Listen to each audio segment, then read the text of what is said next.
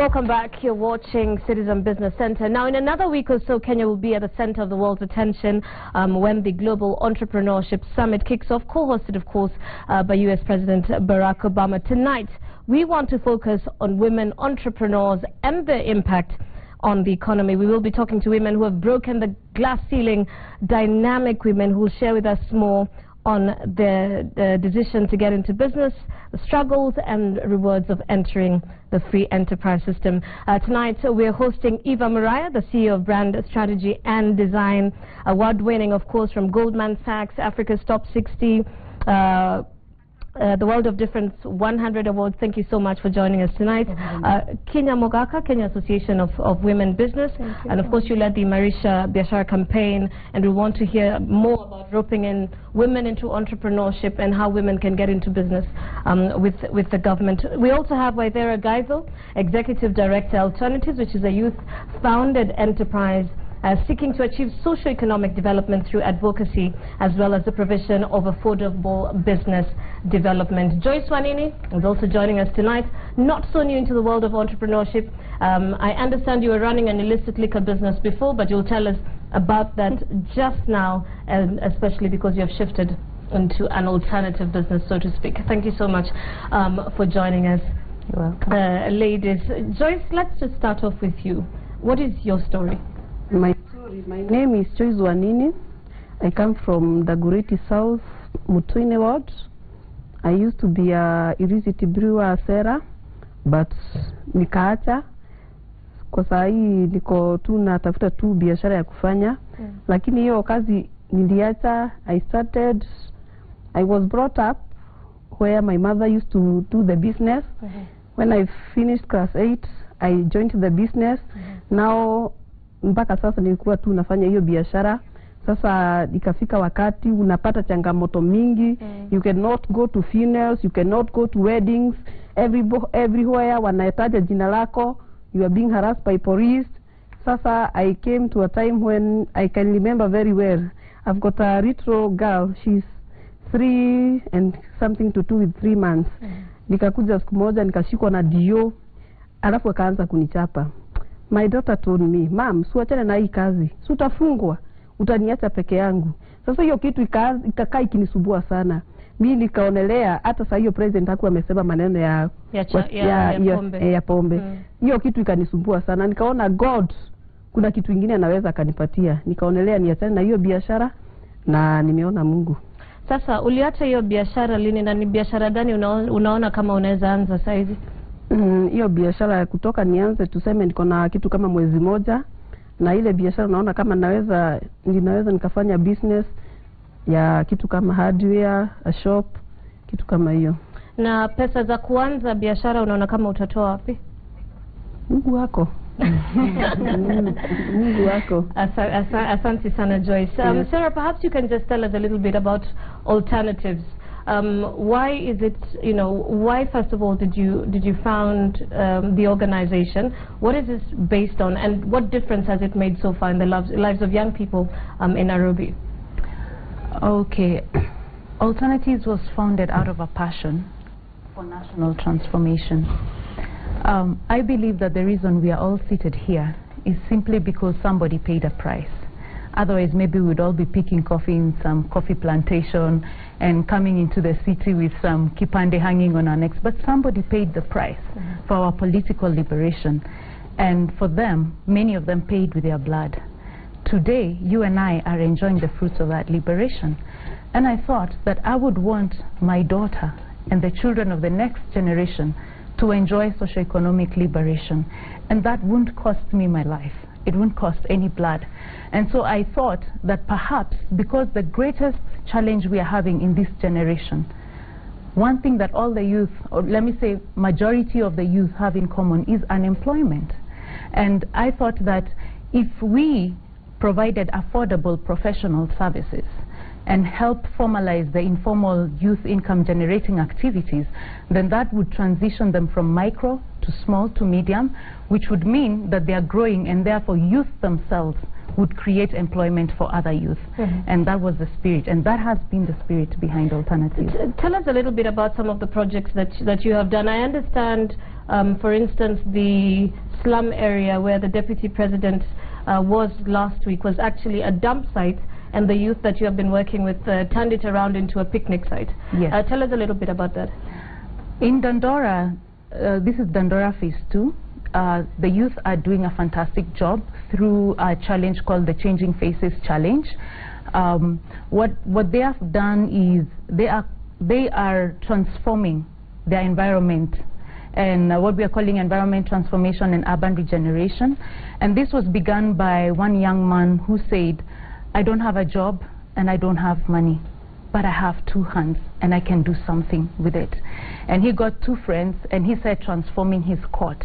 And he went around showing what he was doing, and so we got to see it through various forums, this particular one called Naipolitan, and with the founder of a foundation called Awesome Foundation called Robbie, we decided to partner and help them, because the zeal is there, the energy is there, and the competition was born. The Changing Faces Challenge was born.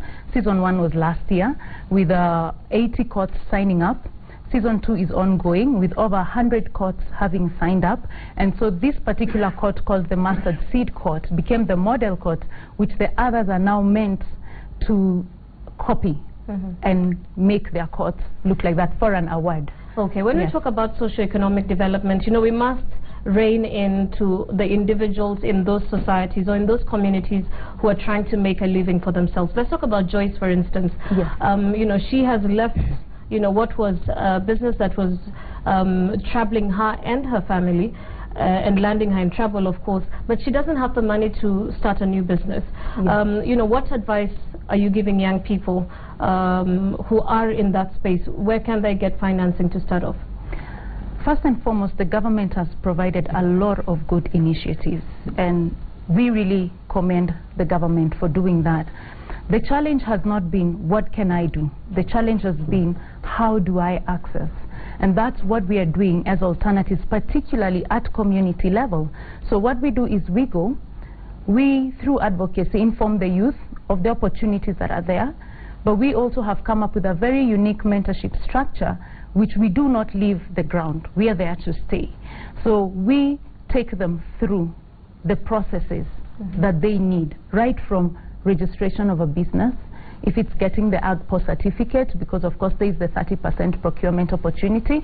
The Youth Fund is also doing a great job because we have young people who have benefited. For example, there's a young lady in insurance who got a tender to provide insurance for one of the major universities for the next 5 years. So it means the opportunities are there, but the question is, how do we access? So what Alternatives does is really bridge that disconnect and help them with the how question. All right. Yes. All right. Thank you so much, Waithera Gaido and Joyce Wanini, just telling us more about youth, and of course we wish you the very best as you look, you know, for a new business to start off. Let's now move over to Eva and Kenya Mogaka, who will be telling us more about women in business. And I just want to start with you, Eva. You know, you've been a respected businesswoman for a long time, but there's still a feeling that not enough has been done. You know, even with the opportunities that the government has given to women, that the women cannot access it, you know, in as fast as they should. I don't know what your experience has been with that. Okay, thank you, Terry Ann, for having me here, and I'm totally blown by the work that Alternatives is doing in, you know, responding to the how question, because I think that that is precisely the challenge. Like Waithera said, this current government has done phenomenally well in providing the opportunities that we are now actively engaging, especially through the Kenya Association of Women Business Owners. And again, within the new constitutional dispensation, there is a law that enshrines this opportunity. But I think the difficulty has been for women across the nation to first be aware of this opportunity. The awareness question. What can I do, or how can I access the awareness question has needed to be dealt with. The second thing is, you see, you can't just do business with government. You need to merit to do business with government. How do you merit? So the technical skill for a woman, youth, or person with disability to live up to knowing how to technically do business with government has also had a real shortfall since the law was passed in 2010. And the Kenya Association of Women Business Owners has tried to fast-track that opportunity of technically getting our women to be meritorious. And then the third thing is having these women register their respective businesses with either their local county government, the treasury of the local county government, or the national treasury, so that they will be able to access the special reservations. So I feel that when I began my business, which is probably about 15 years ago, things were a lot harder. We didn't have access to credit, didn't have access to technical skill, didn't have access to market information. Things were a lot harder. Today, things have improved a lot more. In fact, I don't think that access to credit is really the biggie anymore. But this question of, do women know sufficiently to get them to position themselves right, move their businesses in the right direction, and to competitively bid and successfully secure these government opportunities. So I think this is really where the gap exists. All right, and Kenya, of course, I think you can join in the conversation at this point and just telling us a little bit about the Imarisha Biashara campaign and what you are doing to encourage women, or rather to let women know that this is what you can do, or this is where you can start in order to, you know, do business with the government. Okay, so initially the Imarisha Biashara campaign started in 2012, before the hoopla about the 30% provision, and that was because we're trying to figure out this access question. We've all mentioned access. How do you access the government? How do you access government, private sector as well, to do procurement? Our members are wondering, how do we access? So we talked to public sectors, we talked to private sectors, and figured out how they even decide who are their suppliers. And we came up with a reasonable curriculum where our women can learn, this is the company, this is the government, this is what they require, and if you need to do business with them, this is what you need to do. So there's some training involved in that. I'd like to find out, you know, there's all these big names as AGPO, you know, this treasury, and it feels like some women feel locked out, and they say maybe this government business is for, you know, multi-millionaires or women who have been in business for a long time. Which kind of woman qualifies to do business with the government? Okay. So the government has made it very simple. The preference section of the procurement law is preferring the marginalized groups. So it has said, because you're a woman, you're a youth, or you're a person with disability, we want to give you access to government business. We will identify you if you're a woman-led business, you're a woman, and your shareholding is woman, 70% woman. Youth-led business, 70%. Person with disability, 70%. So the definition has been defined by the government. So now we don't have to worry. Any woman who has a legal registered business can access. Then now you have this AGPO. What is AGPO? That is the access to government procurement opportunities. It is a platform where the government says, I need to know who are the women-led businesses. I need to know who you are. So come in, register with the government, so I can identify you. I can know you're here, and you're actually who you say you are. And how can women do that? How can they? It's an online platform. The government does ask, have you legally registered your business? Do you have your registration of certificate? Do you have your audited accounts? The government does its check. You do not have to have experience, but you have to have at least this licensing, and you do get a certificate from the Huduma Center.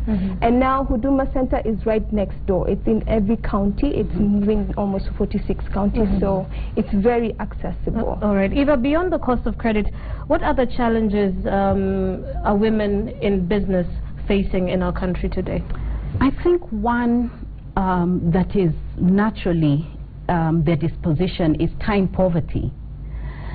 Market access is about networking, going to be where the people who will provide you with the business opportunity are. So one of the biggest challenges that I have understood women to have, me personally being one who's experienced it, is the opportunity to network with those who will provide the business. Why? Because somebody needs to take care of family, somebody needs to supervise homework, somebody needs to run a home. And most business is networked when there's a conflict of time. So I think time poverty has been a huge one, and that has meant that the networking opportunities for women in business are limited or skewed to be during either lunch hours or breakfast times that don't usually provide the opportunities that perhaps being at a golf club in the evening, etc. would provide. So I think time poverty is one. The other is access to markets that are beyond Kenya. Yes. Just knowing how to get yourself to do cross-border business has also been one opportunity that somehow has seemed to drive women in a very linear kind of direction, just because of competing things with their time. As we wind up, what advice do you have for either women who want to get into business or women who are already in business and are looking to scale or to do business with government? What advice do you have for them? I think that this is perhaps the best time to be a Kenyan woman in business. It's never been a better time. The law enshrines the opportunity. We've got the executive that is committed in creating a more level playing field for women. So I think dream, be courageous, define what your skill set, your passion and opportunity could be. And there's opportunity for executive education in a way that perhaps we didn't have it 15 years ago.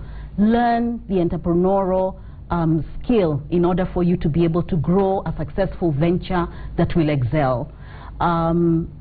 Acquire the right talent. Don't compromise on the right talent. Brand your business. Position your business so that there will be, beyond a functional benefit to whoever your consumer, your client is, that there is an emotional connection with the business that you are offering, the service that you're offering, the product that you're offering. And then just be extremely smart about managing your business. When I think about the opportunity that you have been talking about much earlier in your bulletin with the Global Entrepreneurship Summit, I think that Kenya has positioned itself in such a delightful way. Any energetic, well-thinking entrepreneur should capitalize on the opportunities that the networks that will visit our country will provide. Tell your story now, refine your story, figure out what it is you will say, pitch your story well. And I think that we have a great opportunity to create sustenance beyond the 25th of July. All right. So we're sitting at a delightful point in our history, and especially as women in business. All right. Thank you so much. We need to have this discussion again. Hopefully my director will give me more time to carry it at another time. Eva Mariah, CEO Brand Strategy and Design. Kenya Mogaka from the Kenya Association of Women in Business. Waithera Gaido of Alternatives, and Joyce Wanini, former new entrepreneur. We're looking forward to host you again once you start your business, and of course we wish you the very best of luck. Well, Citizen Business Center takes a short break now. We'll be back with more right after this break, including a look at the Bulls and the Bears of the week.